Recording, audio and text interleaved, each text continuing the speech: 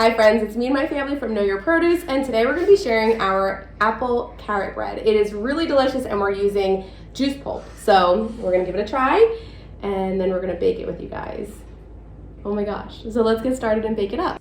First, we're going to preheat our oven to 350 degrees Fahrenheit, and then I'm going to use some plant butter to grease two 8x4-inch baking pans. You could also use 9x5, but I just like them a little bit higher. Then we're going to go ahead and measure our dry ingredients. We're measuring flour, baking soda, baking powder, and ground cinnamon, as well as ground nutmeg. For the best flavor with nutmeg, I always recommend grating fresh nutmeg if you can, if at all possible. Otherwise, you could just use regular ground nutmeg that you can find in the store.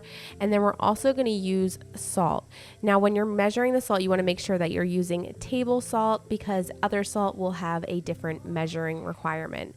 Then we're going to go ahead and use 3 whole eggs. And if you do not eat eggs, you can sub this for applesauce or even flax egg or as well as banana.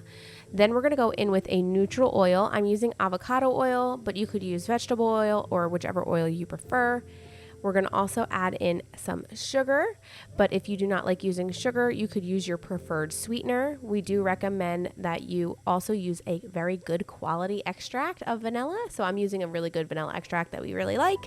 And then we're going to go ahead and mix those wet ingredients until they're nice and combined. Then my kiddos are going to help me put in the juice pulp. We're using carrot and apple.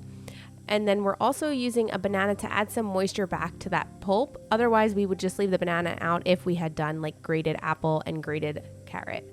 Then we're going to mix that up until it's all combined in the wet ingredients. And if you were doing all chocolate chip, you can add the chocolate chip in when you're doing the dry or wet mixture. Now I'm going to sift this together so there's no clumps and it's kind of like combined.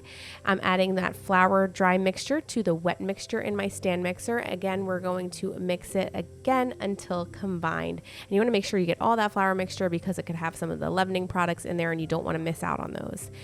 Now that I have it all combined, I'm going to add half of it to one of the prepared baking pans and then mix the other half with some chocolate chips. Like I said, you could do both with chocolate chips or you can both have like raisins or nuts or seeds, whichever you prefer. You could even use dried fruit, which would be another delicious addition.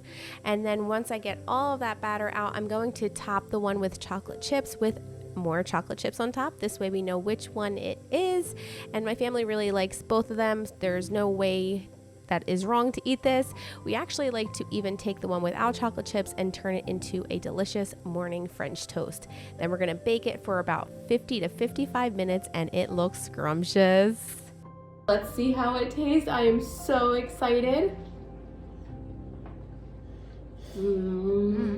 How is it? Good. It's good, right?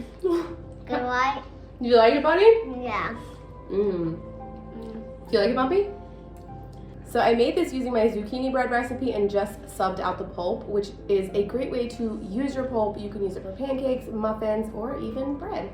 We hope you guys enjoy this recipe. We'll see you guys soon with a delicious tip or recipe. Bye, guys. Bye-bye. Bye-bye. This is really good, right? Goodbye. You like it? The chocolate chip one is probably really good. I like a milk tea. Oh, he wants to cool down. He doesn't like getting his fingers dirty. Bye, friends.